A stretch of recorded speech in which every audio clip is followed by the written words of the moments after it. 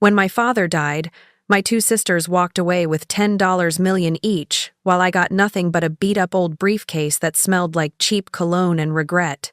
Inside was a single phone number scrawled on a torn piece of paper, and when I finally worked up the courage to dial it 3 months later, the voice on the other end said something that made my blood run cold. "We've been waiting for you, Emily. What was my father hiding? And why did he want me and only me to find it? I'd love to know which corner of the globe you're watching from. And if this story speaks to you, make sure to subscribe. Tomorrow's video is one you absolutely can't miss." The law office smelled like old books and broken promises. I sat in one of those stiff leather chairs that's supposed to make you feel important but really just makes your back hurt, watching my sisters Victoria and Danielle fidget with their designer handbags across from me. Neither of them had looked at me since we walked in. We hadn't been in the same room together in almost 4 years. Not since Dad's 70th birthday party, where Victoria announced she was pregnant with her third kid and Danielle showed off her new Mercedes. I'd brought a homemade card and a bottle of wine from Trader Joe's. The contrast wasn't lost on anyone. Dad had died 2 weeks earlier. Heart attack. Quick and brutal, the way he lived his life. I found out through a text message from Victoria that just said, "Dad's gone. The funeral is Saturday. Mom wants you there? No, I'm sorry for your loss. No, are you okay?" Just the facts, delivered with all the warmth of a parking ticket. The funeral had been a circus. Dad had been Lawrence Robinson, founder and CEO of Robinson Manufacturing Solutions, a company that made industrial parts for aerospace companies. He'd built it from nothing in his garage back in 1982 and turned it into a $100 million empire. Everyone who was anyone in Phoenix's business community showed up to pay their respects, which really meant they showed up to network and be seen. I'd stood in the back row, watching my sisters play the role of grieving daughters in their black Chanel dresses. They hugged guests, dabbed at their eyes with monogrammed handkerchiefs, and accepted condolences like they were collecting business cards. Mom had barely acknowledged me. She'd remarried 6 years after divorcing Dad, and her new husband Gerald was everything Dad wasn't. Quiet, agreeable, and perfectly content to live off his wife's alimony payments. She'd given me a stiff hug that lasted exactly 1.5 seconds and whispered, "Try to look presentable, Emily. People are watching." I was wearing a black dress from Target and flats I'd bought on sale. Apparently, that wasn't presentable enough for the Robinson family standards. Now, sitting in Gregory Chen's law office, Dad's attorney for the past 20 years, I felt that same familiar sensation of being on the outside looking in. Victoria was 38, Danielle was 36, and I was 32. We were all adults, all daughters of the same man, but somehow I'd always been the odd one out. "Thank you all for coming, Mr. Chen said, settling into his chair behind an enormous mahogany desk. He was in his 60s, with silver hair and wire-rimmed glasses that made him look like every movie lawyer ever. "I know this is a difficult time, and Lawrence wanted to make this process as straightforward as possible." Victoria leaned forward. "Can we just get to it? I have a board meeting at 3. Of course she did. Victoria had married Preston Ashford, whose family owned half the real estate in Scottsdale. She sat on the boards of several charities, none of which she actually cared about, and spent her days planning fundraising galas and posting Instagram photos with captions like, "Blessed beyond measure, Mr. Chen cleared his throat and opened a folder. Lawrence Robinson's estate is valued at approximately $42 million in liquid assets, not including the value of Robinson Manufacturing Solutions, which is being handled separately through a trust. My stomach dropped. $42 million. I'd known Dad was wealthy, but hearing the number out loud made it real in a way it hadn't been before. "The distribution is as follows," Mr. Chen continued, adjusting his glasses. "To Victoria Margaret Ashford, formerly Robinson, Lawrence bequeaths the sum of $10 million, along with the property located at 4,782 Desert Vista Lane in Paradise Valley, and the art collection currently housed therein." Victoria's face remained neutral, but I saw her squeeze Preston's hand. $10 million, just like that. To Danielle Marie Sutton, formerly Robinson, Lawrence bequeaths the sum of $10 million, along with the vacation property located in Sedona, Arizona. and all furnishings contained within. Danielle exhaled slowly. She'd been tense, I realized, worried that Dad might have played favorites. But no, she got her $10 million too. That left $22 million. Maybe, just maybe, Dad had decided to be fair. Maybe he'd finally seen me, really seen me, and realized I was his daughter too. Maybe, to Emily Catherine Robinson, Mr. Chen said, and my heart hammered in my chest. Lawrence bequeaths his personal briefcase and its contents, currently stored in this office's safe. The silence in the room was deafening. I'm sorry, Victoria said, her voice dripping with false concern. Did you say a briefcase? That's correct, Mr. Chen replied. What about the rest? Danielle asked. The other $22 million? The remainder of the estate will be distributed to various charities and educational institutions, as specified in the will. The largest donation, $15 million, will go to Arizona State University's engineering program in Lawrence's name. I couldn't breathe. A briefcase. My father had left me a briefcase while my sisters got $10 million each. The room started to spin. This is insane, Danielle said. Emily, did you know about this? I shook my head, unable to speak. Lawrence was very specific in his wishes, Mr. Chen said carefully. He spent considerable time drafting this will and made no changes to it in the final 3 years of his life. He was of sound mind and… Sound mind? Victoria laughed, but there was no humor in it. He left his youngest daughter nothing but a briefcase. How does that sound? There must be something valuable in it, Preston offered. Maybe bonds or bearer certificates or… If there is, Mr. Chen interrupted gently. It belongs to Emily, and the contents of the briefcase are confidential between Lawrence and his daughter. All eyes turned to me. I felt like an animal in a zoo, being observed and judged. Can I see it? I managed to ask, my voice barely above a whisper. Mr. Chen nodded and stood up. Of course. I'll retrieve it now. He left the room, and the silence that followed was suffocating. I can't believe this, Victoria muttered. 20 years of family therapy down the drain.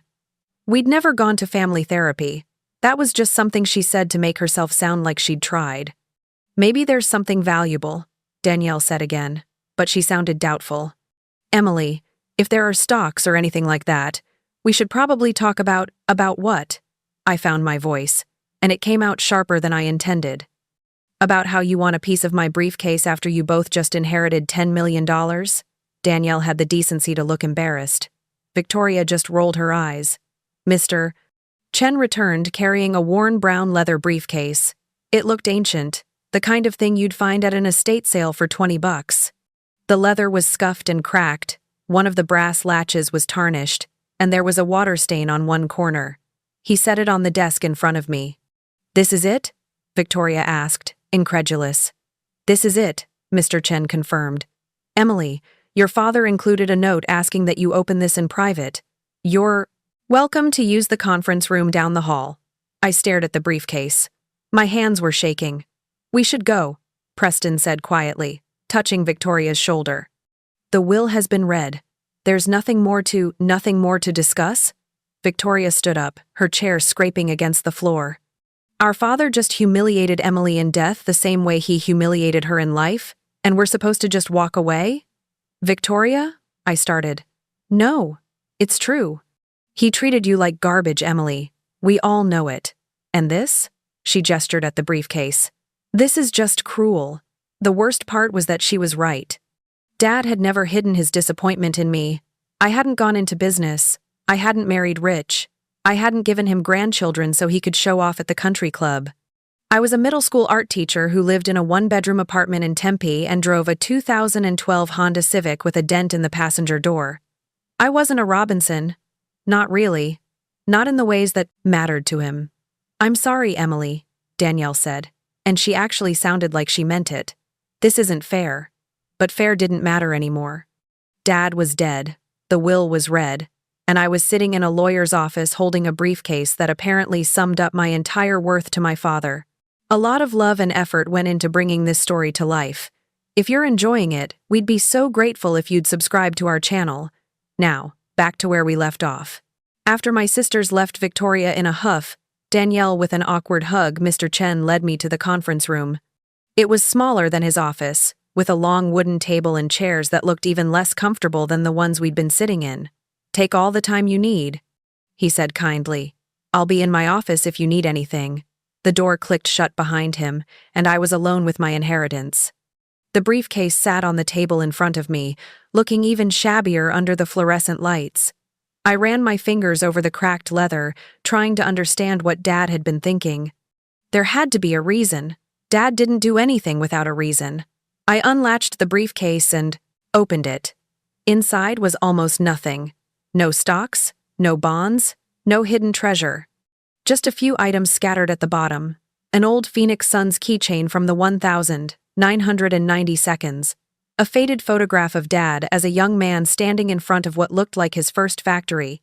A yellowed newspaper clipping about Robinson Manufacturing's first major contract, and a small, worn notebook with a cracked leather cover. And in the front pocket, folded into a small square, was a torn piece of paper. I unfolded it with trembling hands. On it, in Dad's distinctive slanted handwriting, was a phone number. Nothing else, just 10 digits, written in blue ink. No name, no explanation, just 602-555-7834. I stared at it for a long time, my mind racing. Why would Dad leave me a phone number? Who was I supposed to call? And why had he wanted only me to have it? I pulled out my phone and started to dial, then stopped. What if this was some kind of cruel joke? What if I called and it was just his voicemail, his voice, from beyond the grave telling me one last time that I'd disappointed him? I couldn't do it. Not yet. Not with my hands still shaking and my mind still reeling from the humiliation of the will reading. I put the paper in my pocket, closed the briefcase, and walked out of the conference room. Whatever Dad wanted me to find, it would have to wait. 3 months passed before I touched that piece of paper again. I threw myself into work, which wasn't hard. It was April, and standardized testing season meant every middle schooler in Arizona was stressed, exhausted, and taking it out on anyone within shouting distance. My art classroom became a refuge for kids who needed to paint their feelings instead of bubbling in answers on a Scantron sheet. There was this one kid, Marcus Chen, who'd been struggling all year. Quiet, kept to himself, always wore the same hoodie even when it was 95 degrees outside.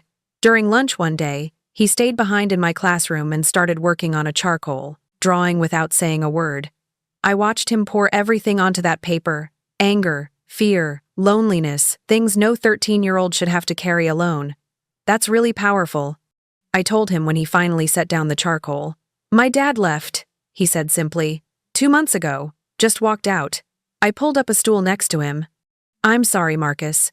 Everyone keeps saying that, like sorry fixes anything. He smudged the charcoal with his thumb, darkening the shadows. He didn't even leave a note. Just gone. I thought about the briefcase sitting in my closet at home, untouched since the day I'd brought it back from Mr. Chen's office.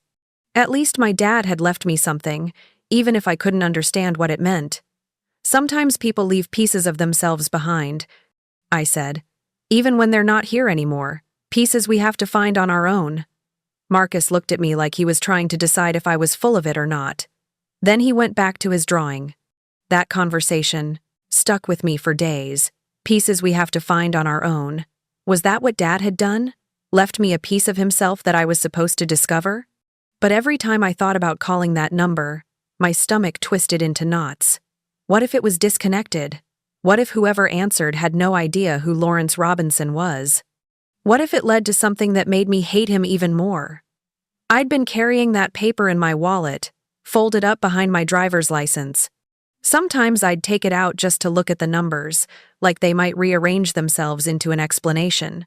My apartment was small, but it was mine, a 1-bedroom in Tempe with a balcony that overlooked the parking lot. Not exactly luxury living, but after years of roommate situations and sublets, having my own space felt like freedom. I'd painted the living room walls a soft sage green and hung up artwork from my students. There were plants on every available surface, most of them thriving despite my inconsistent watering schedule. It was a Thursday evening in late July when I finally decided to make the call. The Arizona heat was starting to break, and I was sitting on my balcony with a glass of wine, watching the sunset paint the sky in shades of orange and pink. I'd been thinking about Marcus again. He'd finished that charcoal drawing and entered it into a school art show. It won second place, and the smile on his face when they announced it was the first real smile I'd seen from him all year.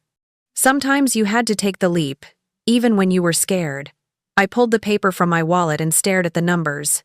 602-555-7834. Phoenix area code. So it was local, or at least it had been when Dad wrote it down. The paper was yellowed, the fold lines worn almost through. This wasn't something he'd written recently. This number had been in that briefcase for years, maybe decades. My hands were shaking as I dialed. Each number felt like a small act of defiance, like I was breaking some unspoken rule. The phone rang once, twice, 3 times. On the 4th ring, someone picked up. "Hello?" A man's voice, older, rough around the edges like he'd spent years smoking cigarettes. My throat went dry. "Hi, I'm looking for—" I stopped. I didn't even know who I was looking for. "Who is this?" the man asked, but his tone wasn't unfriendly, just cautious. "My name is Emily Robinson." Lawrence Robinson was my father. He passed away 3 months ago, and I found this number in "We've been waiting for you, Emily." The words hit me like a physical blow. The wine glass nearly slipped from my hand. "What?" I managed. "Your father said you'd call eventually." Took longer than I expected, but then again, you always were the stubborn one. "I'm sorry. Who is this? How do you know me?" "Name's Frank Delgado. I worked with your father for 35 years, right up until the day I retired. Well, worked with is probably the wrong term. I worked for him, really, but we became friends. Good. Friends. Frank Delgado. The name meant nothing to me. I don't understand. Why would my father leave me your number? Because he knew you'd need answers, and he knew your sisters wouldn't." Frank coughed, a rattling sound that made me wince. "Look, this isn't a conversation on the phone. Can you meet me tomorrow? There's a diner called Rosie's on McDowell Road, near 40th Street. You know it?" I did know it. It was a hole-in-the-wall place that had been around since the 1962, famous for their huevos, rancheros, and strong coffee. Dad used to take me there when I was little, before everything fell apart. "I can be there," I said. "What time?" 8 in the morning. "I'm an early riser." He paused. "Emily, bring the briefcase. Everything in it. Don't leave anything behind." "Why?" "What's this about?" "Tomorrow," Frank said firmly. "You'll get your answers tomorrow." He hung up before I could ask anything else. I sat on my balcony for another hour, my mind racing. Frank Delgado had worked with Dad for 35 years. Why had I never heard of him? Dad had brought plenty of employees to family events over the years, always the executives, the people he wanted to impress or network with. But I'd never met anyone named Frank. That night, I couldn't sleep. I kept replaying the phone conversation in my head. "We've been waiting for you, Emily." The way he'd said it, like I had expected. Like this was part of some plan Dad had put in motion before he died. I got up and pulled the briefcase out of my closet. In the lamplight, it looked even more worn than I remembered. I opened it and examined the contents more carefully this time. The Phoenix Suns keychain was from the 1992-93 season, the year they made it to the NBA Finals. Dad had been obsessed with basketball back then. I had vague memories of watching games with him when I was really young, before he got too busy for things like that. The photograph showed Dad standing in front of a small building with Robinson Manufacturing painted on the side. He couldn't have been more than 30 in the picture, his hair still dark, his face unlined. He looked proud but also tired, like he'd been working 18-hour days to keep the business afloat. The newspaper clipping was from the Phoenix Business Journal, dated September 1987. The headline read, "Local manufacturing firm lands major aerospace contract." The article described how Robinson Manufacturing had beaten out 3 larger companies to secure a deal with a major defense contractor. It was the break that had transformed Dad's struggling small business into something significant. Then there was the notebook. I'd flipped through it briefly at Mr. Chen's office, but I hadn't really looked at it. Now I opened it carefully, afraid the brittle pages might crumble in my hands. It was a journal, filled with Dad's handwriting.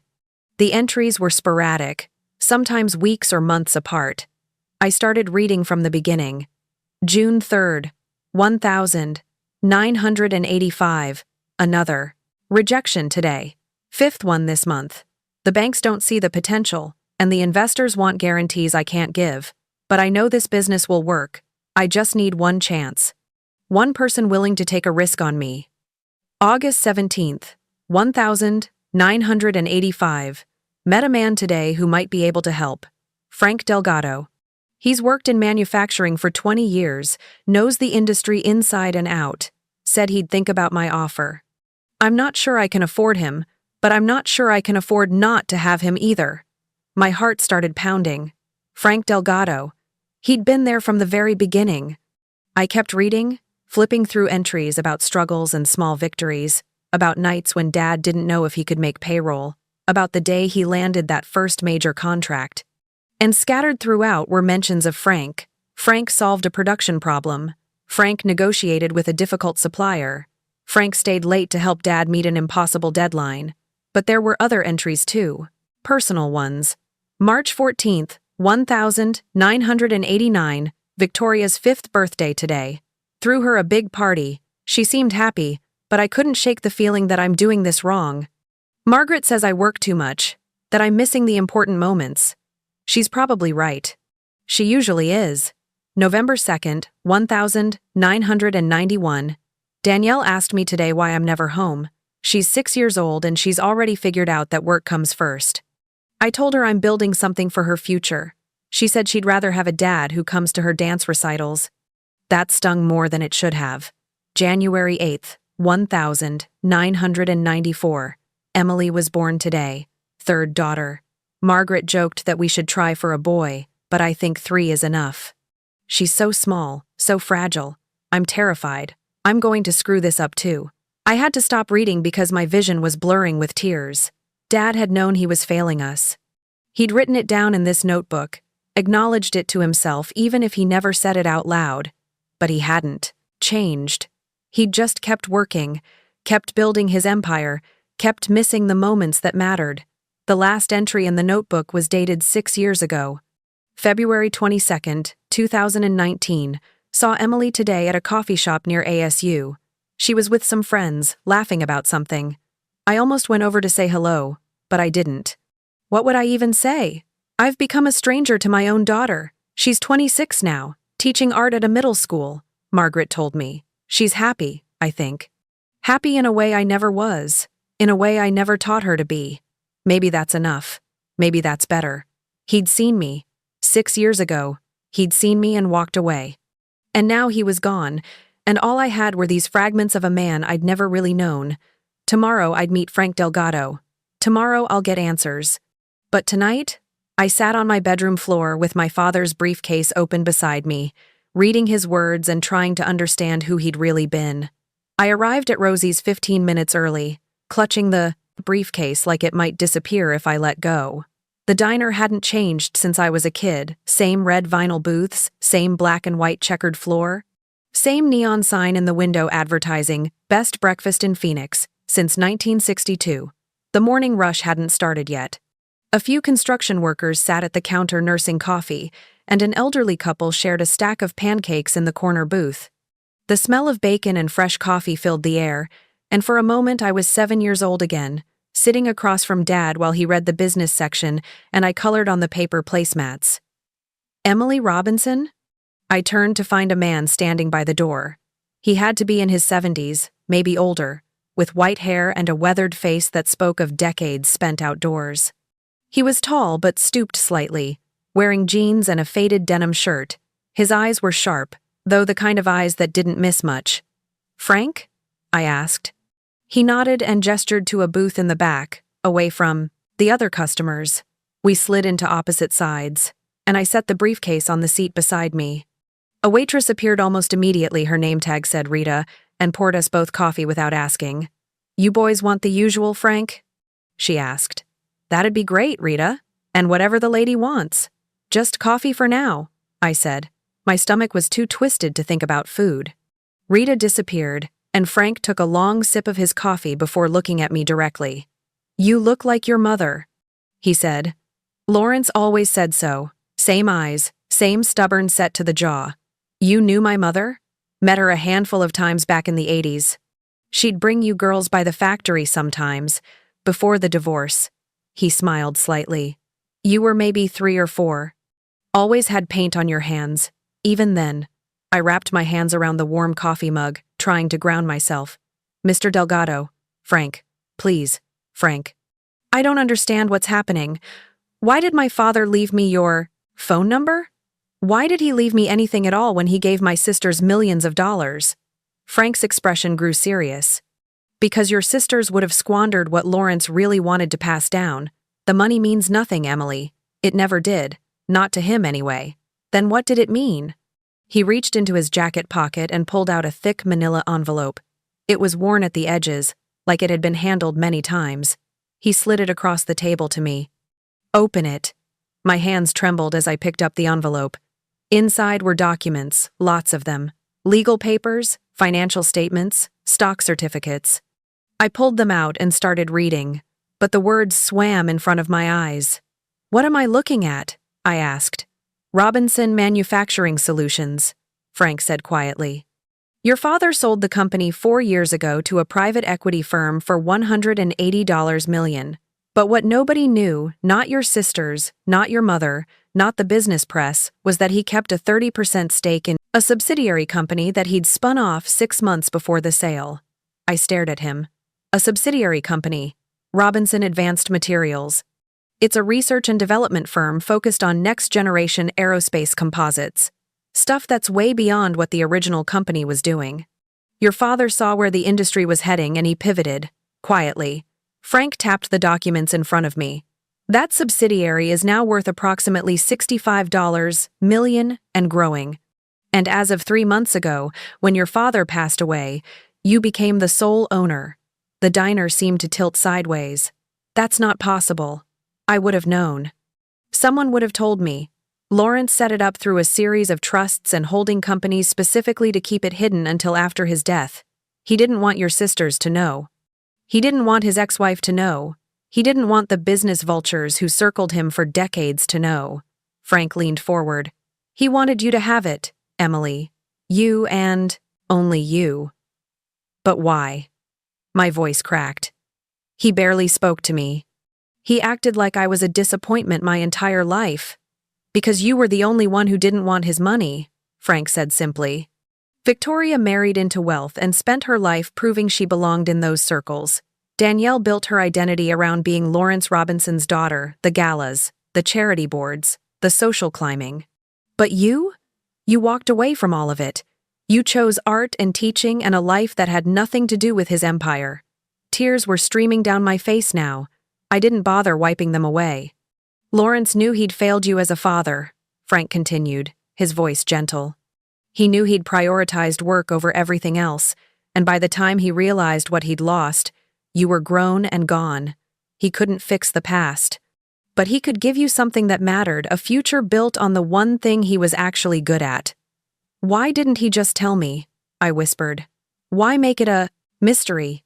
"Because he was a stubborn old fool who thought grand gestures could replace actual conversations." Frank's voice held both affection and exasperation. "And because he knew that if he told you while he was alive, you'd refuse it. You'd say you didn't want anything from him. Am I wrong?" He wasn't wrong. If Dad had approached me a year ago and tried to give me part of his company, I would have turned him down without hesitation.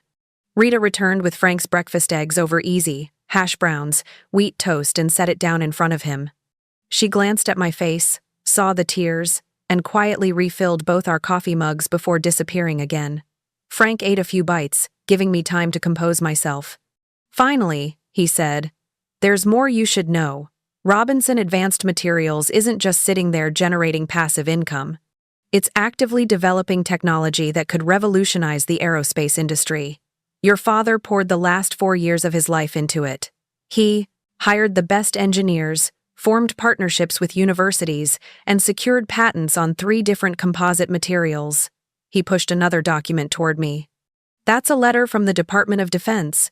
They're interested in one of the patents for use in next-generation aircraft. If the deal goes through and Lawrence was 90% sure it would, you're looking at a contract worth north of $100 in million. My head was spinning. I don't know anything about running a company. I'm a teacher. I paint with middle schoolers and help them make ceramic bowls. Lawrence knew that too. That's where I come in. Frank wiped his mouth with a napkin. I've been managing Robinson Advanced Materials since your father started it. I'm the CEO on paper, but Lawrence made all the major decisions. The plan was always for me to transition you into ownership gradually, teach you the business, give you time to decide what you want to do with it. What if I don't want it? The question came out harsher than I intended. What if I want to sell it and walk away? Frank didn't look offended. Then that's your choice. You're the owner. You can liquidate the whole thing tomorrow if you want. But Lawrence hoped, and I hope that you'll at least give it a chance. Come see the facility. Meet the team. Understand what we're building before you make any decisions. I looked down at the documents spread across the table, stock certificates with my name on them, financial statements showing assets and revenues, patent applications for materials I didn't understand, and underneath it all, a handwritten note in Dad's distinctive slanted script. I picked it up with shaking hands. Emily, if you're reading this, I'm gone, and Frank has hopefully explained what I couldn't say to your face. I was a terrible father. I prioritized building an empire over building relationships with my daughters, and by the time I understood what I'd lost, it was too late to fix. Your sisters will be fine. They have money and security and the social status they always wanted. But you were different. You always were. You didn't want anything from me, which meant you were the only one I could actually give something to. This company represents everything I learned too late. That legacy isn't about wealth or status. It's about building something meaningful and passing it on to someone who will value it. You value things differently than I did, and that's exactly why you're the right person for this. I'm not asking you to become me. I'm asking you to become something better. With more love than I knew how to show, Dad. I folded the letter carefully and put it back in the envelope. My coffee had gone cold, but I drank it anyway, needing something to do with my hands. He saw you that day, Frank said quietly. 6 years ago, at the coffee shop. He came back to the office and told me he'd seen his daughter and couldn't work up the courage to say hello. It bothered him for weeks. He wrote about it in his journal, I said. I read it last night. Frank nodded slowly. Lawrence kept that journal from the day he started the business. He wanted you to read it.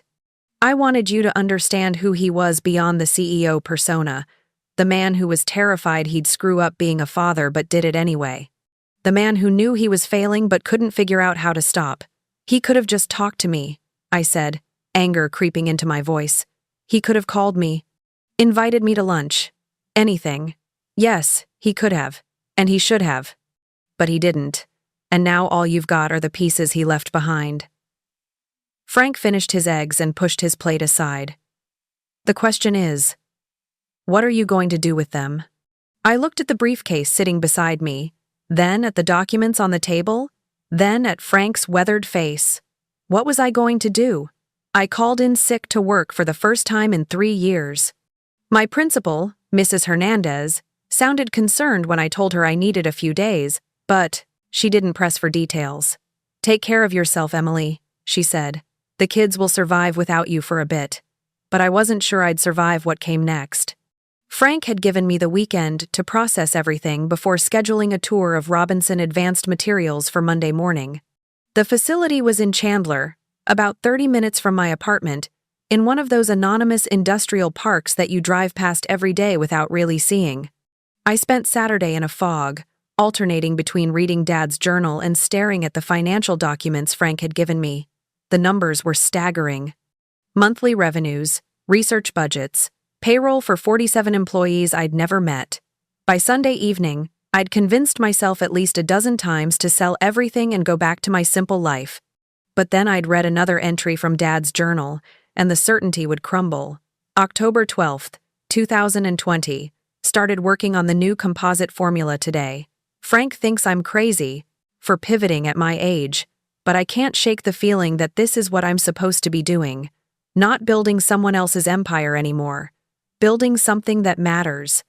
something I can be proud of. Monday morning arrived too quickly. I dressed in the closest thing I had to business attire, a navy dress and flats, and drove to Chandler with my stomach in knots. The GPS led me to a modern single-story building with dark gray siding and minimal signage.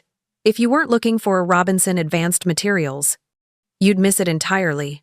Frank was waiting in the parking lot, leaning against a pickup truck that looked as weathered as he did. "You came," he said, like he'd genuinely been unsure. "I came," I confirmed. "Doesn't mean I'm staying." "Fair enough. Come on, I'll show you around." The interior was nothing like Dad's old manufacturing facility, which I'd visited once as a teenager, all noise and machinery and oil-stained concrete. This place was pristine.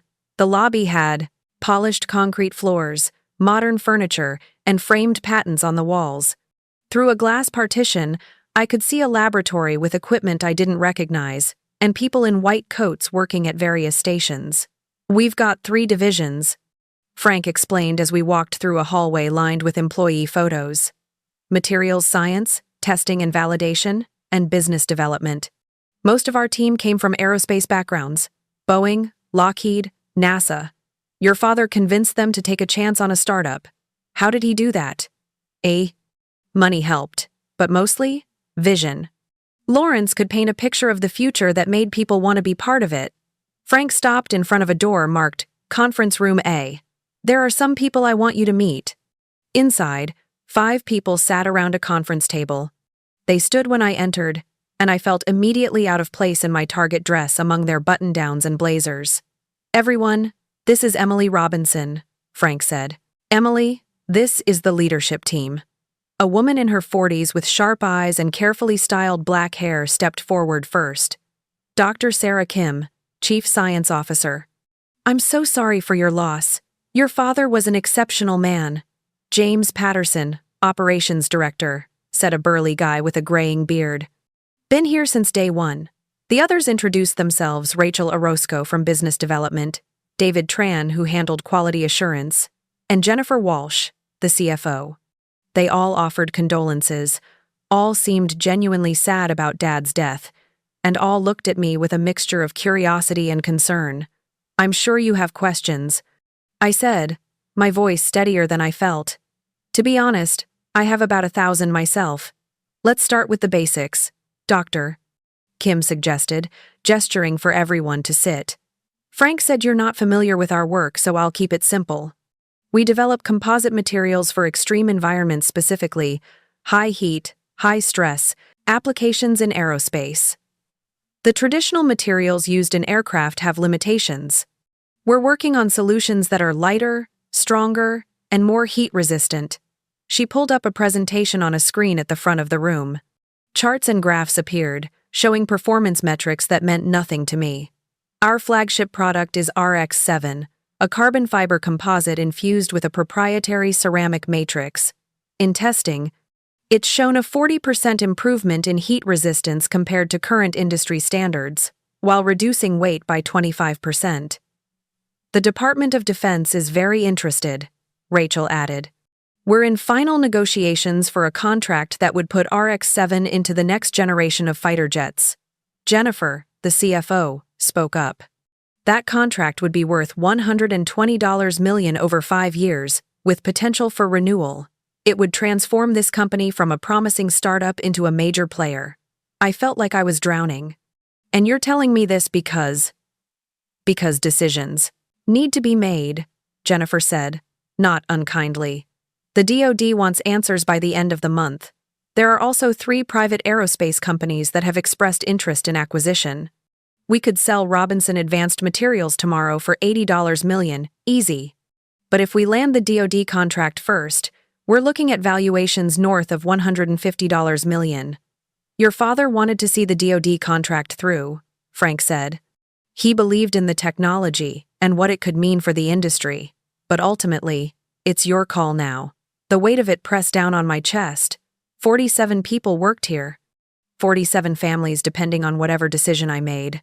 And I was supposed to just decide? Based on what? A weekend of reading financial statements I barely understood? "Can I see the lab?" I asked suddenly. "The actual work?" Dr. Kim smiled. "Of course." Follow me. She led me through the glass partition into the laboratory. The space was impressive, state-of-the-art equipment, organized workstations, people moving with clear purpose.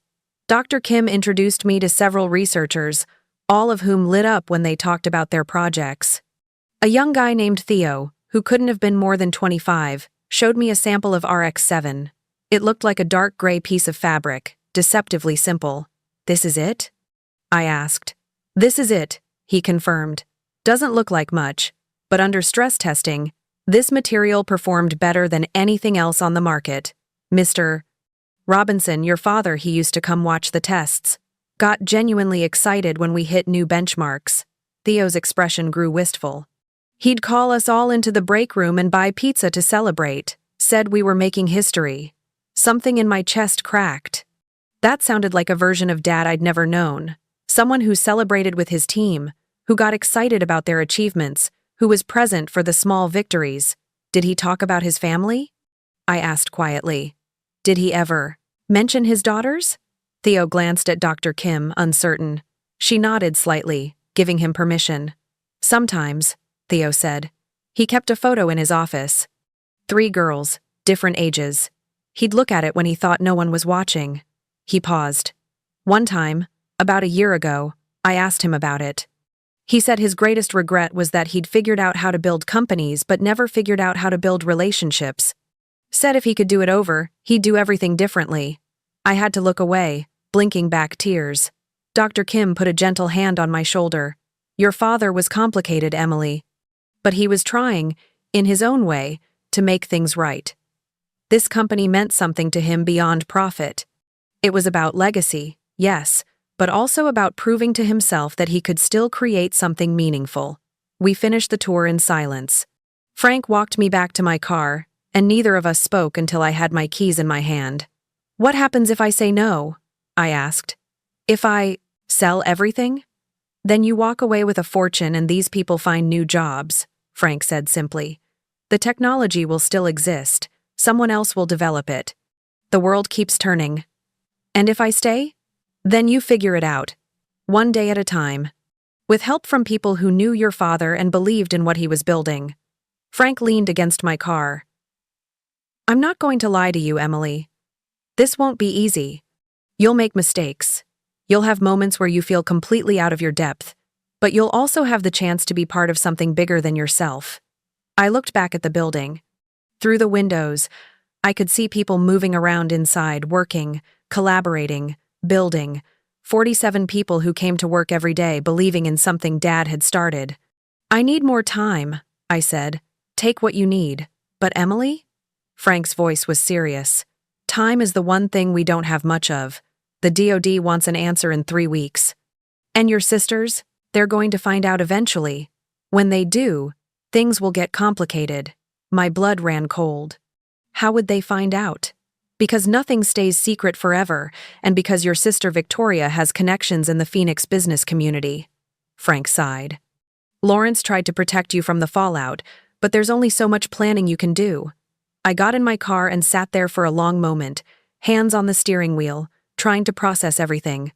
Through the windshield, I could see Frank watching me with an expression I couldn't quite read. Concern, maybe. Or hope. I started the engine and drove home, my mind racing with impossible decisions and the ghost of a father I was only now beginning to understand. Victoria showed up at my apartment on a Wednesday evening without warning. I heard the pounding on my door while I was in the middle of grading student assignments, my living room floor covered in sketches and paintings from my 7th graders. I opened the door, to find her standing there in a cream-colored pantsuit that probably cost more than my monthly rent, her face flushed with anger.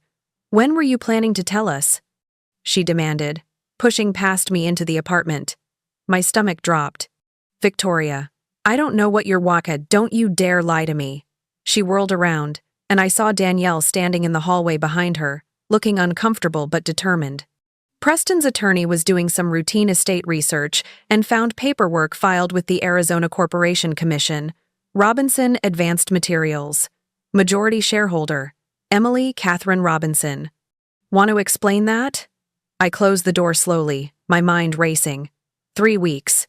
I'd had 3 weeks to figure out what I wanted to do, and I'd spent most of that time avoiding the decision entirely. I'd gone back to work, taught my classes, pretended everything was normal, while the weight of Dad's legacy sat on my shoulders like a stone. "How much?" Victoria asked, her voice sharp. "How much is the company worth? I don't think that's—" "How much?" Danielle stepped forward, playing peacemaker like she always did. We just want to understand. Dad left us money, sure, but he left you a company? That doesn't make sense. Unless—" She trailed off, and I could see her doing the math in her head. "Unless it's worth more than what we got." Victoria finished. "A lot more." I sank onto my couch, suddenly exhausted. The cat I'd been fostering, a tabby named Pepper, jumped into my lap, and I stroked her fur absently. "I didn't ask for this," I said quietly. "I didn't even know it existed until Frank Delgado called me." "Frank Delgado," Victoria said. The name tasted bitter. "Dad's old employee. So he's in on this too?" "He's the CEO. Dad started the company 4 years ago as a subsidiary before selling Robinson Manufacturing. He kept it separate, kept it secret. Why?" Danielle sat down in the chair across from me, genuinely confused. "Why would he do that?" "Because he knew you wouldn't understand," I said, and the words came out harder than I intended.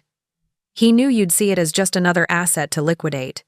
Another number on a balance sheet." Victoria's laugh was cold. "And you understand? You, who walked away from the family business and everything Dad built?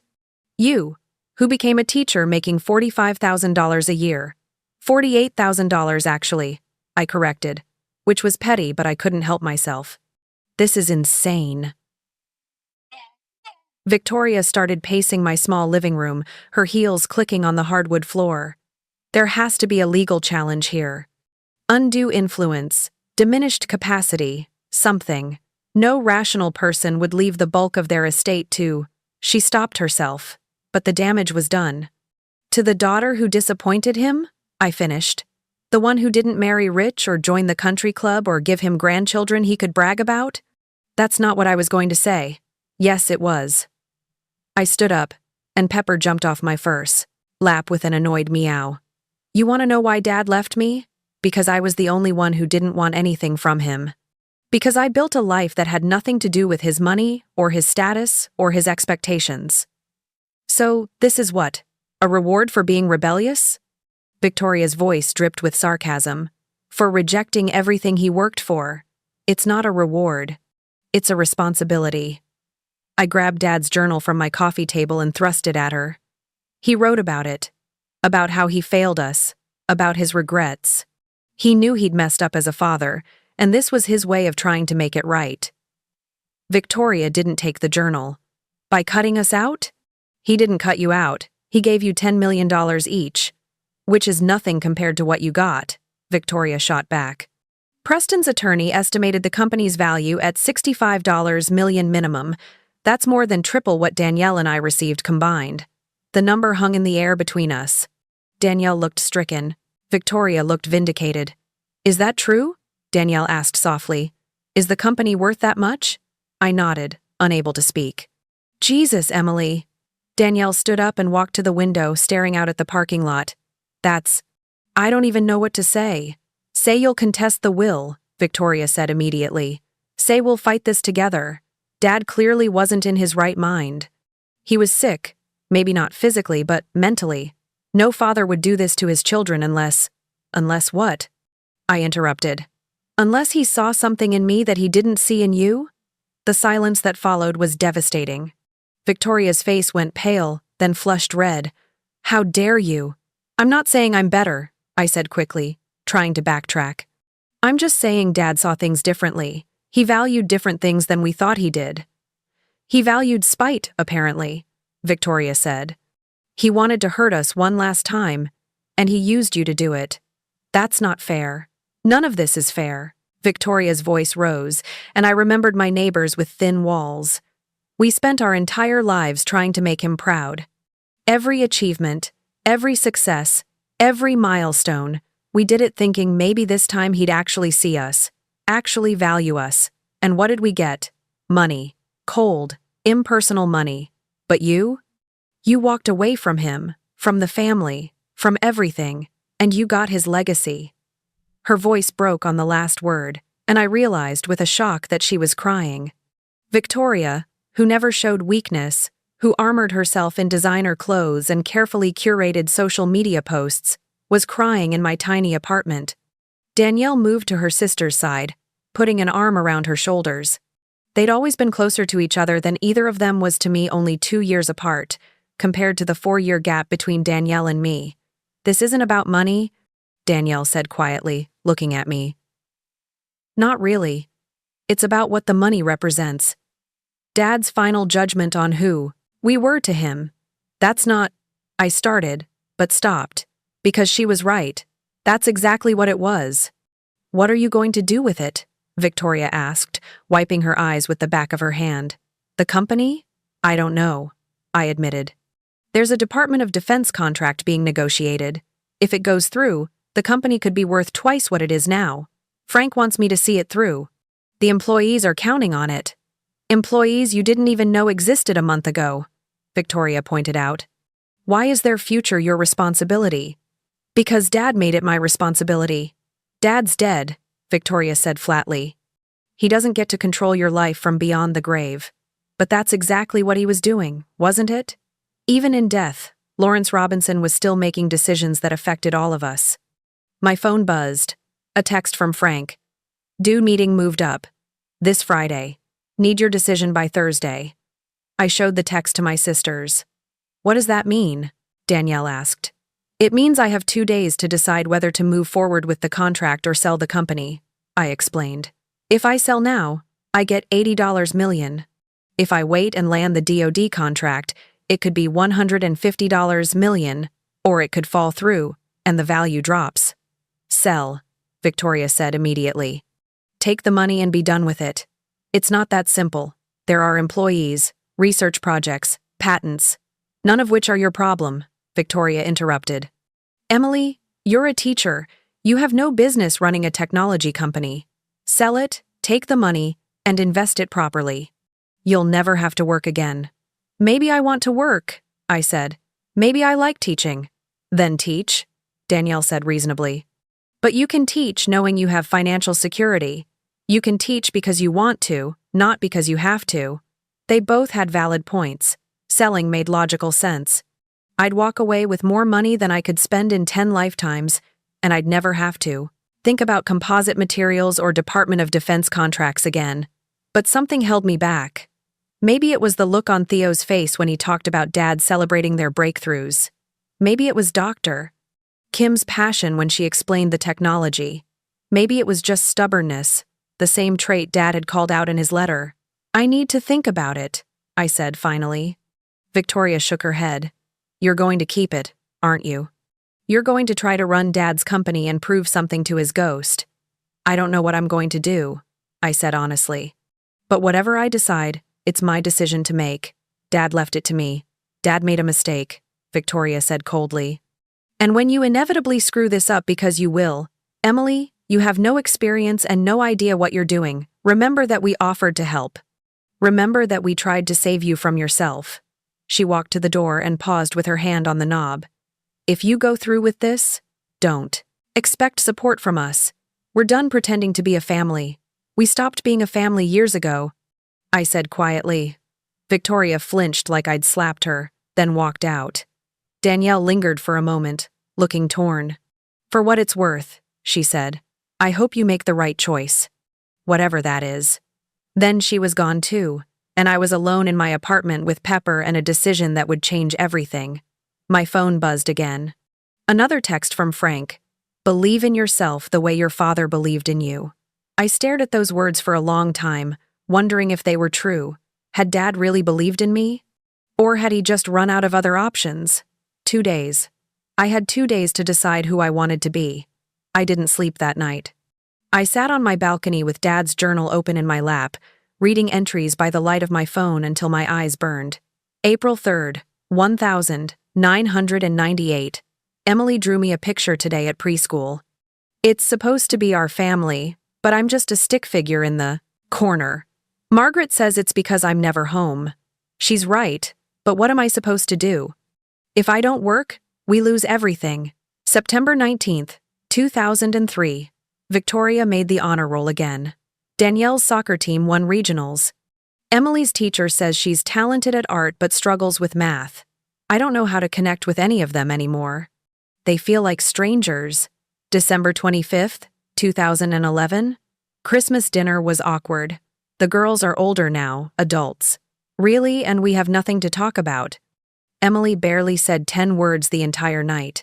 I wanted to ask about her life, her dreams, but the words wouldn't come. I've built a $100 million company, but I can't have a conversation with my own daughter. Every entry was a window into a man who knew he was failing but couldn't find the off-ramp. He'd been trapped on a highway of his own making, watching his family disappear in the rearview mirror while he kept driving forward. Thursday morning came too fast. I called in.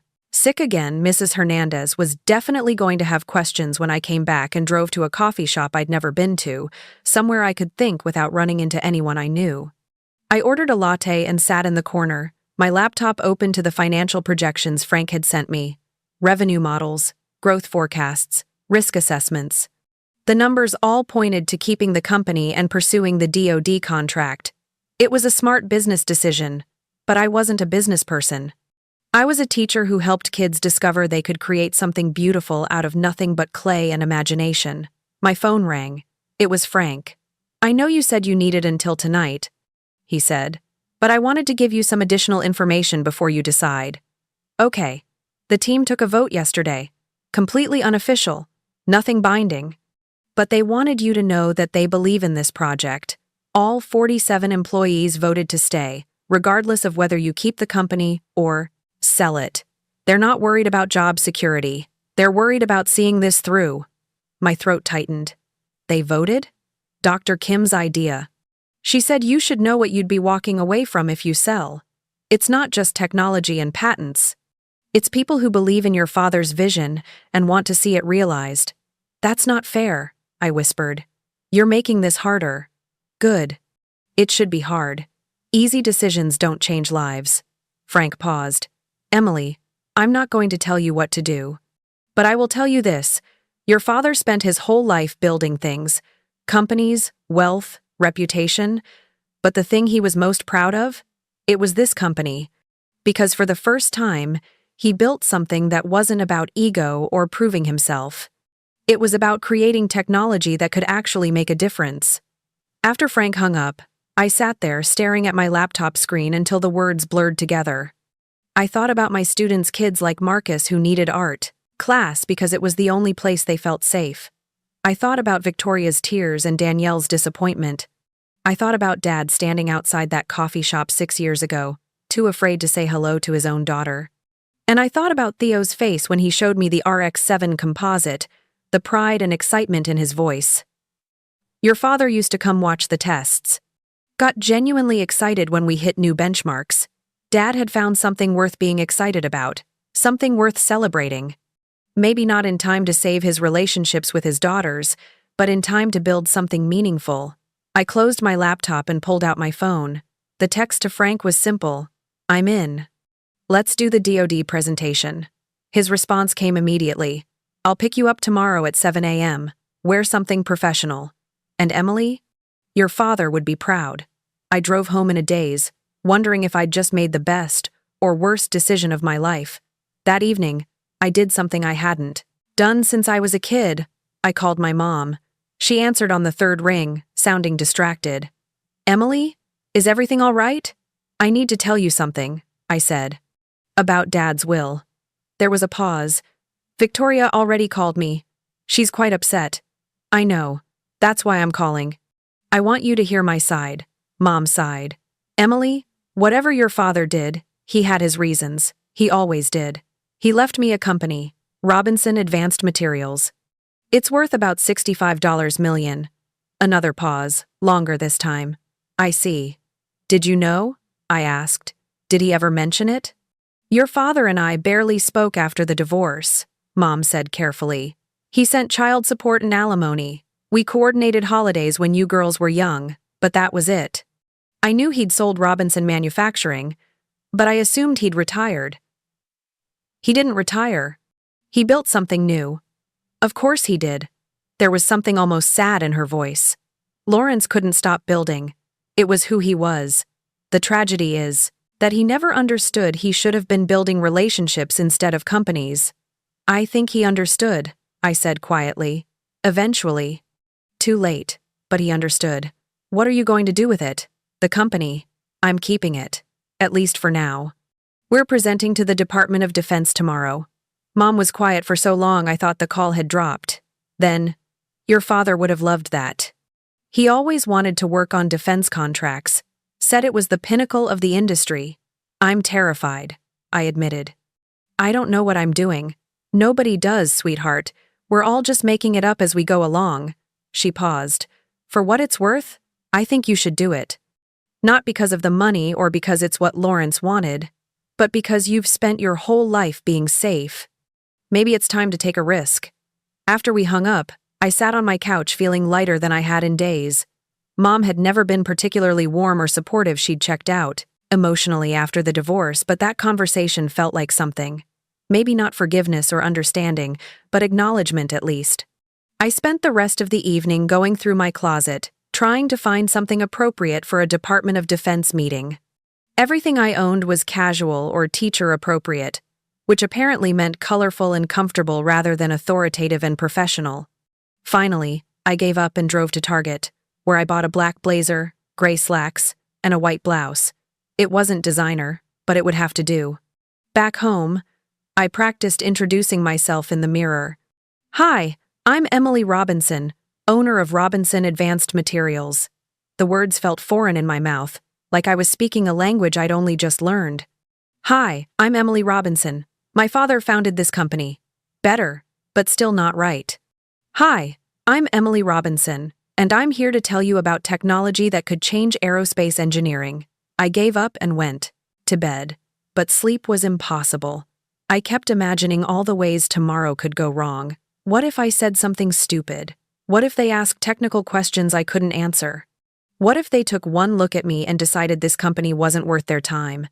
At 3 a.m., I gave up on sleep and made coffee. Pepper curled up in my lap while I read through the presentation materials Frank had sent one more time. Charts showing performance metrics, graphs comparing RX-7 to existing materials, patent documentation, testing results. It was impressive work. World-class, even. And I was about to walk into a room full of military officials and aerospace experts to represent it. My phone buzzed at 6:30 a.m. Frank, on my way. Are you ready?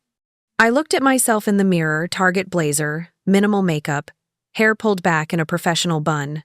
I looked like someone playing dress-up in adult clothes. But I texted back, ready as I'll ever be. When Frank picked me up, he took one look at me and smiled. You look like your father the day he pitched to his first major client, terrified but determined. How did that pitch go? He threw up in the parking lot afterward. But he landed the contract. Frank pulled out of the parking lot. The trick is to remember, they need this technology as much as you need this contract. The DoD has been looking for better materials for years. We're offering them something revolutionary. But I don't understand the technology. I protested. What if they ask me something I can't answer? That's why Dr. Kim and James are coming. They know the technical side. Your job is to represent the company vision, to show them that Robinson Advanced Materials isn't just some fly-by-night startup, that we're serious, committed, and capable of delivering. By showing them the daughter who inherited a company she knows nothing about? By showing them the daughter who stepped up when it mattered most, Frank corrected. Emily, you don't have to be your recit. Father, you just have to be present. The DoD meeting was at a secure facility in Mesa. We went through security checkpoints, signed non-disclosure agreements, and were escorted to a conference room that looked like something out of a spy movie, no windows, high-tech security systems, and 4 military officials in uniform waiting at a long table. This was it. The moment that would determine not just my future, but the future of 47 employees who'd voted to stay. I took a deep breath, channeled every ounce of confidence I didn't feel, and stepped forward to shake hands with the people who held my father's legacy in their hands. Good morning, I said. I'm Emily Robinson, and I'm here to show you the future of aerospace materials. The presentation lasted 2 hours. Dr. Kim handled the technical specifications with the precision of someone who'd spent decades in materials science. James walked them through manufacturing processes and quality control measures. Rachel outlined the business projections and partnership opportunities. And I sat at that table, answering questions about company vision and long-term strategy, somehow finding words I didn't know I had. Miss Robinson, one of the officials, a stern-faced colonel named Patricia Walsh, asked halfway through, "Your father built this company from the ground up. You inherited it 3 months ago. Why should we trust that you can maintain his standards?" The room went silent. Frank shot me a look that said, "Careful," but I knew this question had been coming. It was the elephant in the room from the moment I'd introduced myself. "You shouldn't," I said, and I saw Frank's eyes widen slightly. "You shouldn't trust that I can be my father, because I can't." Lawrence Robinson was a singular force, brilliant, driven, relentless. "I'm none of those things." Colonel Walsh raised an eyebrow. "Then why are you here?" "Because my father spent 40 years building companies by himself, and it made him incredibly successful and deeply unhappy." I leaned forward. "I don't want to run this company alone. I want to trust the people he hired, people like Dr. Kim, who has 3 patents in advanced materials. People like James Patterson, who's been optimizing manufacturing processes since before I was born. People like Frank Delgado, who helped my father build something from nothing 3 times over." I gestured to my team.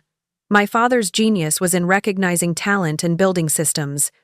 My job isn't to replace him. It's to get out of the way of the brilliant people he brought together and make sure they have what they need to succeed." Colonel Walsh studied me for a long moment, then nodded slowly. "Continue." 3 hours later, we walked out of that facility without an answer. They'd review our proposal, compare it to 2 competing bids, and notify us within 10 business days.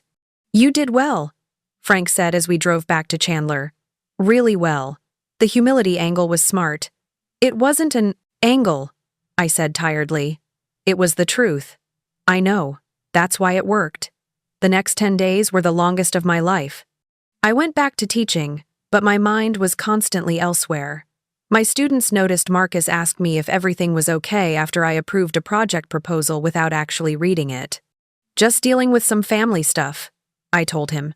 "The kind that gets better, or the kind that doesn't?" he asked, with the bluntness only a 13-year-old could pull off. "I don't know yet." Victoria didn't call. Danielle sent one text. "I hope you know what you're doing." I didn't respond because I still wasn't sure I did. On day 9, Frank called me at school during lunch. "Dudi just reached out. They want a follow-up meeting tomorrow. Just you and me." My stomach dropped. Is that good or bad? Could be either. But they're still talking to us, which means we're still in the running. The follow-up meeting was shorter, just an hour, with only Colonel Walsh and one other official present. They asked pointed questions about production timelines, scalability, and long-term research plans. At the end, Colonel Walsh closed her folder and looked directly at me. "Miss Robinson, the Department of Defense is prepared to offer Robinson Advanced Materials a 5-year contract worth $120 million for exclusive rights to RX-7 composite material, with an option to extend for an additional 3 years pending performance reviews." I couldn't breathe. Frank's hand gripped my shoulder. "There are conditions," Colonel Walsh continued. "Production must begin within 6 months. All manufacturing must remain domestic. And will require quarterly progress reports directly to this oversight committee. We can meet those conditions," Frank said when I couldn't find my voice. "Then we have a deal." Colonel Walsh stood and extended her hand. "Congratulations. Your father would be proud." I shook her hand, still in shock. "Thank you. Thank you so much." We walked out of that building into the harsh Arizona sunlight, and I finally let myself feel it, the relief, the terror, the overwhelming weight of what I'd just committed to. "We did it," Frank said, and his voice cracked slightly. "Lawrence would have." He trailed off, shaking his head. He would have been so damn proud. I called an all-hands meeting at Robinson Advanced Materials for that afternoon. When I walked into the conference room, all 47 employees were there, crammed into a space meant for 30. The energy was electric with nervous anticipation. "We got it," I said simply. The DoD contract. $120 million over 5 years. The room erupted. People hugged each other, cheered, a few cried. Theo was grinning so wide I thought his face might split. Doctor. Kim wiped her eyes and nodded at me with something that looked like respect. This is because of your work, I said when the noise died down. Your research, your dedication, your belief in what we're building here. My father started this company, but you're the ones who made it worth fighting for. James Patterson raised his hand. What happens now? With the company, I mean. Are you staying? I'd been asking myself that same question for weeks. I'm staying, I said, and saying it out loud made it real. Not as CEO, Frank's keeping that role because he actually knows what he's doing, but as owner, as someone learning this business from the ground up. I'm asking for your patience while I figure out how to do this, and I'm asking for your honesty when I screw up. Because I will screw up. We've all screwed up, Dr. Kim said. That's how innovation works. After the meeting, I sat in Dad's old office, which no one had touched since his death, and finally let myself cry. Not sad tears. Exactly. Something more complicated. Relief and grief and gratitude all tangled together. I pulled out my phone and scrolled to Victoria's number. My finger hovered over the call button for a long moment before I typed out a text. Instead, we got the DoD contract. $120 million. I wanted you to hear it from me. I know you're angry, and you have every right to be. But maybe someday we can talk about this. Really talk. I miss my sisters.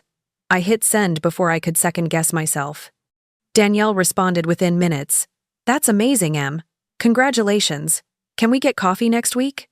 Victoria's response came 2 hours later. Fine. But I'm not happy about any of this. It wasn't forgiveness, but it was something. A door left open instead of slammed shut. 6 months later, I stood in front of the Robinson Advanced Materials building watching workers install a new sign. The company name gleamed in brushed steel letters, and below it, smaller text, founded by Lawrence Robinson, 2020. Frank stood beside me, hands in his pockets. He'd love this, you know, seeing his name up there. Would he? I asked. Really? Or would he be disappointed that I changed half his systems and hired 3 new department heads? He'd be proud that you made it yours, Frank said firmly. That's what he wanted. I'd found my rhythm over those months. I came to the facility 3 days a week, learning the business piece by piece. The other day, I taught. Mrs. Hernandez had been incredibly understanding when I explained everything, and she'd helped me restructure my schedule to make both jobs work. My apartment was bigger now. I'd moved to a 2-bedroom in Scottsdale, but I'd kept teaching because Marcus had been right that day on the balcony. Sometimes you need to create something beautiful out of nothing but clay and imagination. That was just as important as building aerospace companies. Victoria and I had coffee twice. The conversations were stilted, careful, both of us dancing around years of resentment. But Danielle came to the facility tour I organized, and she brought her kids, and watching my niece and nephew get excited about science experiments felt like a kind of healing. On the anniversary of Dad's death, I drove to his grave alone. It was early morning, the desert air still cool, the cemetery quiet except for birds. I did it, I told the headstone. The DoD contract went through. The company's thriving. Your people are happy. I paused. I'm not you. I never will be. But maybe that's okay. Maybe that's what you wanted all along. The wind rustled through the trees, and I could almost imagine it was him, finally finding the words he'd never been able to say when he was alive. I pulled the briefcase, still scuffed, still worn, from my car and set it next to his grave. Thank you for this, for trusting me with it. I know it wasn't really about the company. It was about giving me a chance to understand who you were, and maybe who I could be. I left the briefcase there for a moment, a symbol of everything that had changed, then picked it back up. Some legacies you carried with you, some you built on, and some you transformed into something entirely new. As I drove away, my phone buzzed with a text from Dr. Kim. RX-8 testing exceeded projections. Want to see? I smiled and typed back. On my way. My father had spent his life building things.